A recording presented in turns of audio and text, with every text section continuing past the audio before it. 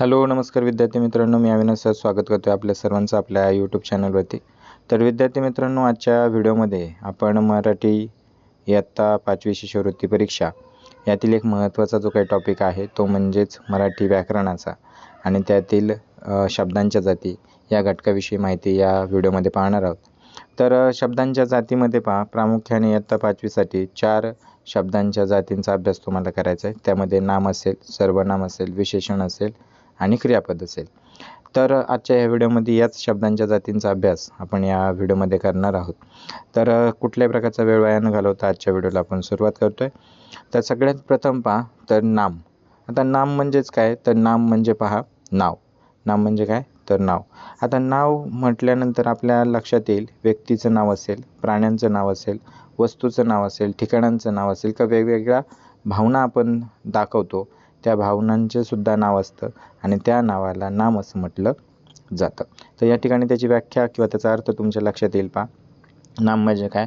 ज्या शब्दाने व्यक्ती, प्राणी, वस्तू, ठिकाण किंवा भावना दर्शवली जाते त्या शब्दाला नाम असं म्हणतात. आता हे सगळे लक्षात ठेवण्याची आवश्यकता आहे का? तर नाही. तर नाम म्हणजे काय? तुम्ही एवढंच लक्षात ठेवा, व्यक्तीचं नाव असेल, प्राण्यांचं, वस्तू, ठिकाण आणि भावना यांची जी काही नावं असतात त्या नावालाच नाम असं म्हटलं जातं. तर याच्यामध्ये उदाहरण दिलेलं आहे. उदाहरण स्वरूपामध्ये नामाच्या प्रकारानुसार उदाहरणंसुद्धा लक्षात येईल. आता व्यक्तीची कोणती नावं असतील? तर या ठिकाणी व्यक्तीची नावं राम, शिक्षक, आई, साक्षी असं व्यक्तींची नावं असतील. प्राण्यांच्या नावांमध्ये गाय असेल, कुत्रा असेल, सिंह असेल किंवा इतर जे काही प्राणी असतील त्यांची नावं असतील. वस्तूमध्ये पुस्तक असेल, खुर्ची असेल, पेन असेल, अशी भरपूर वेगवेगळ्या प्रकारची वस्तूंची नावं असतील. ठिकाणांमध्ये पुणे आहे, शाळा आहे, बाग आहे, तुमचं गाव आहे, हे सगळे जे काय आहे तर ही ठिकाणाची नावं आहेत.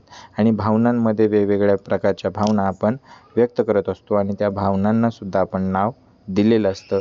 त्यामध्ये आनंद असेल, दुःख असेल, राग असेल, अशा प्रकारे.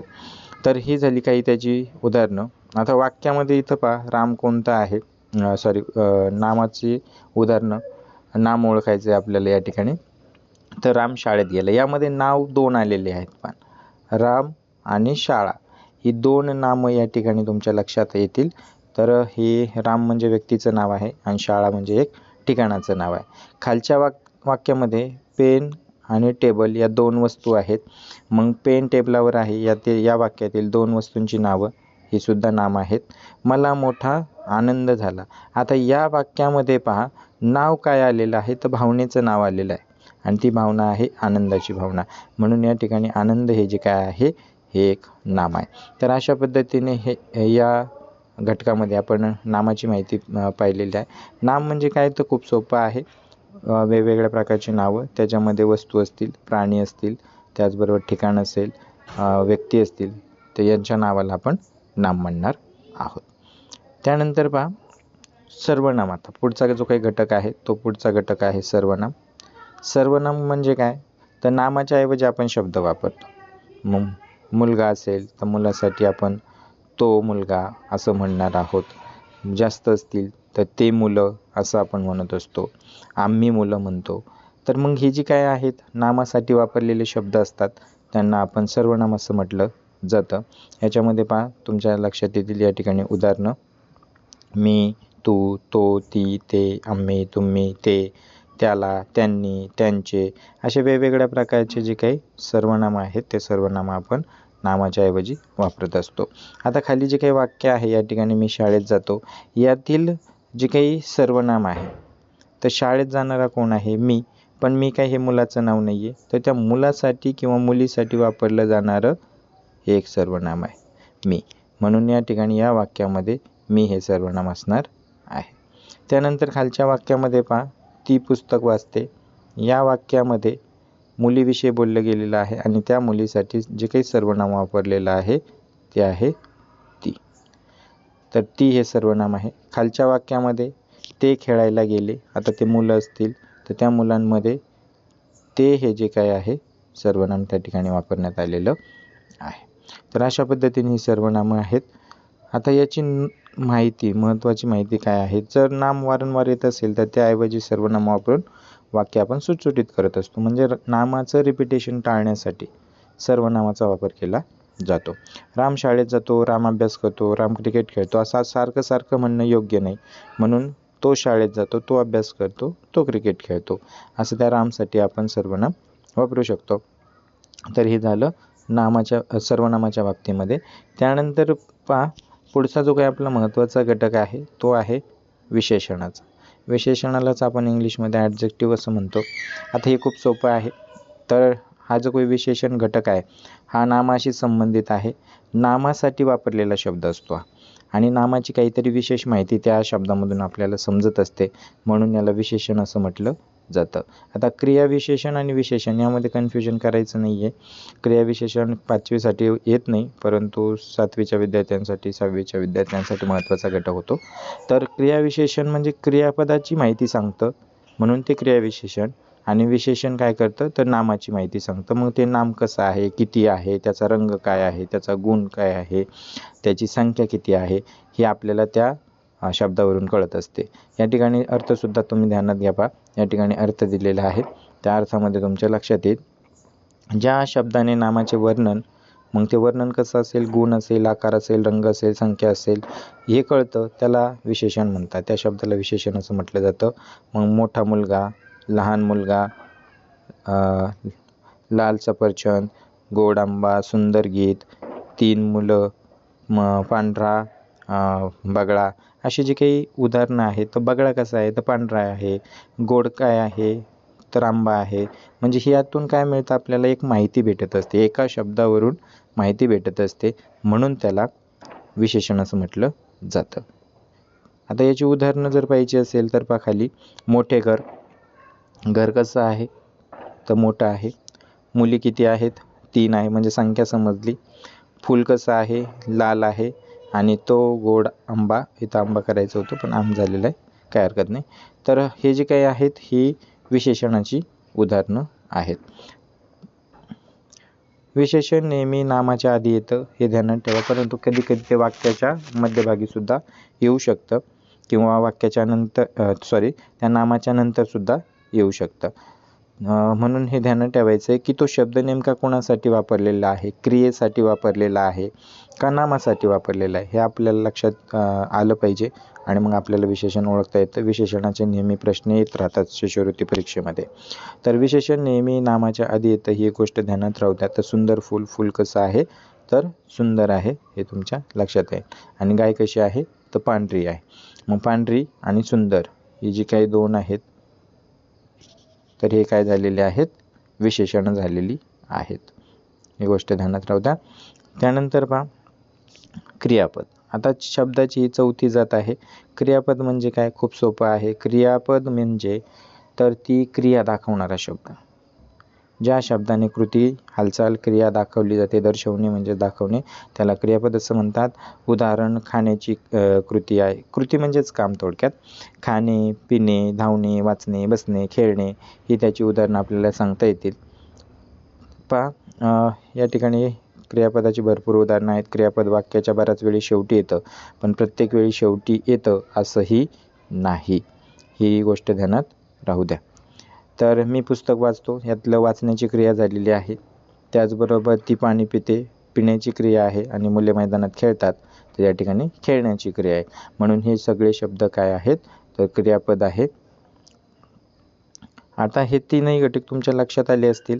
यानंतर आपण काही 4 घटकांवरती एक छोटीशी टेस्ट आहे. पहा यामध्ये टेस्ट तुम्हाला सोडवायची आहे. तर मी तुमच्यासाठी टायमिंगसुद्धा देणार आहे. त्या टायमिंगमध्ये तुम्ही मला याचं उत्तर कमेंटमध्ये सांगायचं आहे. तर पहा खालील प्रश्नांची उत्तरं द्या. अशी ह्या टेस्ट आहे. नाम ओळखायचे सगळ्यात पहिल्यांदा. फूल सुंदर आहे, तर याच्यामध्ये नाव काय आलेलं आहे तर यामध्ये नाव आलेलं आहे फुलाचं. मग फूल हे काय आहे सुंदर आहे. आणि फूल कसं आहे तर गुण समजला आपला, म्हणून सुंदर हे काय होईल तर विशेषण होणार आहे. आता कुत्रा भुंकतो, यातलं नाम काय आहे तर कुत्रा, एका प्राण्याचं नाव आहे. त्यानंतर मी पुण्यात राहतो, ठिकाणाचं नाव आलेलं आहे पायामध्ये. मग ते ठिकाण कोणतं आहे तर ते ठिकाण आहे पुणे. त्याचबरोबर टेबलावर पुस्तक आहे. आता या ठिकाणी पहा टेबल पण आहे आणि पुस्तक पण आहे, म्हणून या वाक्यामध्ये पुस्तक हे जे काही आहे आपण नाम म्हणणार आहोत. टेबलसुद्धा आहे, परंतु पुस्तक घेतलं तरी चालेल, टेबल घेतलं तरी चालेल. त्यानंतर पहा, सर्वनाम ओळखायचे खालच्या वाक्यांमध्ये. ती नाचते. आता कोणासाठी हा शब्द वापरलेला असणार आहे? ती म्हणजे मुलीसाठी वापरले गेलेले सर्वनाम आहे, म्हणून या ठिकाणी सर्वनाम जे आहे ती. आम्ही बाजारात गेलो. जाणारे कोण आहेत? आम्ही आहोत, म्हणून आम्ही हे सर्वनाम त्या व्यक्तींसाठी वापरलं जाणार आहे. तो माझा मित्र आहे. मित्रासाठी सर्वनाम वापरलं आहे तो. मग या वाक्यामध्ये तो हे काय आहे? तर सर्वनाम आहे. त्यानंतर पहा, 8वं वाक्य आहे, तुम्ही कुठे जाता? हे देखील सर्वनामाचंच वाक्य आहे. सर्वनाम ओळखायचे. तर याच्यामध्ये सर्वनाम ओळखत असताना तुम्ही हे काय असणार आहे? सर्वनाम आहे. खालची जी काही टेस्ट आहे त्या टेस्टमध्ये सांगितलेलं आहे विशेषण ओळखायचं. आता आपल्याला या ठिकाणी विशेषण ओळखायचं आहे. तर विशेषणामध्ये पहा, लाल फूल उमलले. आता फूल हे काय आहे? नाम आहे. फूल हे काय आहे? तर नाम आहे. आणि ते फूल कसं आहे? तर ते फूल लाल आहे. मग कसं आहे? तर लाल. त्यावरून त्या फुलाचा काय कळतो? आपल्याला रंग कळतो, म्हणून लाल हे काय झालं? विशेषण झालं. मोठे घर सुंदर आहे. आता घर कसं आहे? सुंदर पण आहे आणि मोठे पण आहे, परंतु या ठिकाणी 2-2 विशेषणं येतात. एकाच वाक्यामध्ये 2-2 विशेषणं वापरली जाऊ शकतात, म्हणून या ठिकाणी मोठे हा जो काही शब्द आहे हा नामाच्या अगोदर आल्या कारणानं सर्वात प्रथम आपण त्याला प्राधान्य देणार आहोत. तर मोठे हे काय झालं? या ठिकाणी विशेषण झालं. त्यानंतर खालच्या वाक्यामध्ये 3 मुले खेळत आहेत. तर आता मुलांची संख्या समजते आपल्याला. मग किती मुलं आहेत? 3 मुलं आहेत, म्हणून या वाक्यामध्ये जे काय आहे 3 हे विशेषण आहे. त्यानंतर क्रियापदाचे काही प्रश्न आहेत. क्रियापद ओळखायचे. क्रियापद खूप सोपं आहे. वाक्याच्या शेवटी बऱ्याच वेळा येतच राहतं ते, म्हणून या वाक्यामध्ये पहा, मी दूध पितो, पिण्याची क्रिया. मुले धावत आहेत, असण्याची क्रिया किंवा धावण्याची क्रिया. तर धावत आहे या ठिकाणी पूर्ण क्रियापद घेऊ आपण. आहेत जे काय आहे याला आपण सहाय्यकारी क्रियापद असं म्हणतात, आणि मेन जी क्रिया आहे ती धावण्याची आहे, म्हणून धावत हे वाक्यातील मुख्य क्रियापद झालं. आई स्वयंपाक करते. तर करण्याची, काम करण्याची क्रिया आहे, म्हणून या ठिकाणी स्वयंपाक करण्याची क्रिया हे काय झालं? स्वयंपाक करते हे काय झालं? क्रियापद झालं.